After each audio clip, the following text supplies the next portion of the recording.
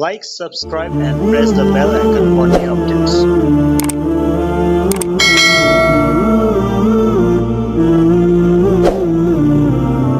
محرم الحرام کے حوالے سے بہت ساری بدعات، بہت ساری رسومات عوام کے اندر پائی جاتی ہیں جس کی تردید انتہائی ضروری ہوا کرتی ہے۔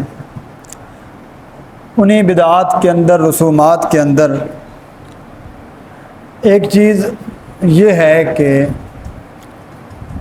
سال کے بعد اس مہینے کی پہلی 10 تاریخوں کے اندر اکثر دیکھا جاتا ہے ختم قرآن پر بڑا زور دیا جاتا ہے۔ جہاں دیکھو ہر گھر میں ختم ہو رہا ہے، دعوت آ رہی ہے ابھی یہاں آنا ہے، یہاں آنا ہے، حالانکہ ان دنوں کے ساتھ کوئی تخصیص نہیں ہے، کسی حدیث میں، کسی ضعیف حدیث کے اندر بھی نہیں ہے۔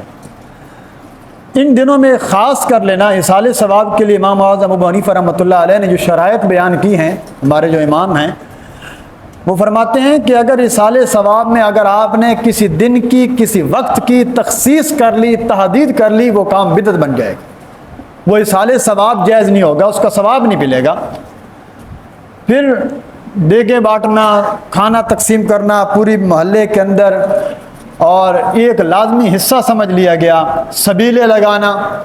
اب سبیلے جو ہے ان کا نظریہ یہ ہے اہل روافض کا کہ وہ سبیل اس لیے لگاتے ہیں کہ حضرت حسین رضی اللہ تعالیٰ عنہ چونکہ بھوکے پیاسے شہید ہوئے ہیں، تو اب ہم پانی پلائیں گے اور اس پانی پلانے کی وجہ سے ان کو یہ پانی پہنچتا ہے، حالانکہ کوئی چیز پہنچتی نہیں ہے، ہمیشہ سارے ثواب کیا جاتا ہے۔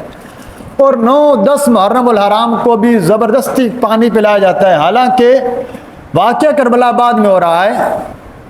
محرم الحرام کا جو عاشورہ کا روزہ ہے، اس کی اہمیت یہ شروع سے چلی آ رہی ہے، رمضان کے روزوں سے پہلے یہ روزہ فرض تھا، تو اس کی سنیت اب بھی باقی ہے۔ 9، 10 یا 10، 11 کو روزہ رکھنا، اس دن تو روزہ رکھنا چاہیے، نہ کہ پانی پلانا چاہیے۔ تو ہمیشہ کام تو ہمارے اہل سنت بھی بہت سارے لوگ اس میں جو ہے نا وہ شامل ہو جاتے ہیں ایسی بدعات کے اندر۔ من تشبہ بقوم فہو منہم او کما قال علیہ الصلوۃ والسلام، جس نے کسی قوم کی مشابہت اختیار کی ان دنوں میں جن دنوں میں وہ کام کرتے ہیں، تو فرمایا اس کا حشر انہی لوگوں کے ساتھ ہوگا۔ تو اپنے آپ کو ایسے تمام کاموں سے بچائیں، ایسی تمام بدعات سے، رسومات کے اندر شرکت سے اپنے آپ کو بچائیں، تاکہ ہمارا جو خاتمہ ہے، ہمارا جو کل حشر ہے، وہ نیک اور صالح لوگوں کے ساتھ ہو۔ اللہ کریم سے دعا اللہ تعالی عمل کی توفیق عطا فرمائے۔